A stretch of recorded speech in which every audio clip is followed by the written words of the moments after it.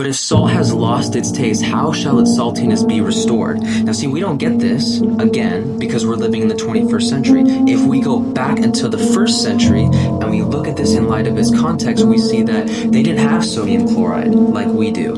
Sodium chloride never loses its saltiness. It never loses its taste until you go back. And we learn that saltiness in that time can in fact lose its taste. What they would do is they would go out to the Dead Sea and they would extract the salt from the Dead Sea. And the only way that salt in the first century can lose its saltiness is if an impure substance contaminated it. So what does it mean to have taste in the first place? Well, taste is synonymous with influence. So what Christ is saying is, listen, as salt you have an influence, but you can lose it. And the only way you lose it is by an impure substance. That is sin. That would be the Christian who's in church on Sunday but in the club on Saturday. Or the Christian who's the leader of a small group but gossips behind the church's back. That would be like the Christian who struggles with sin but then condemns a fellow believer who has fallen to sin. So what Christ is trying to convey, to be salt is a walk of integrity. It's an internal process. It is an internal identity. It's not something that's outward. It's something that you work on when nobody's looking. To be a Christian and to lose your integrity would to be losing your taste.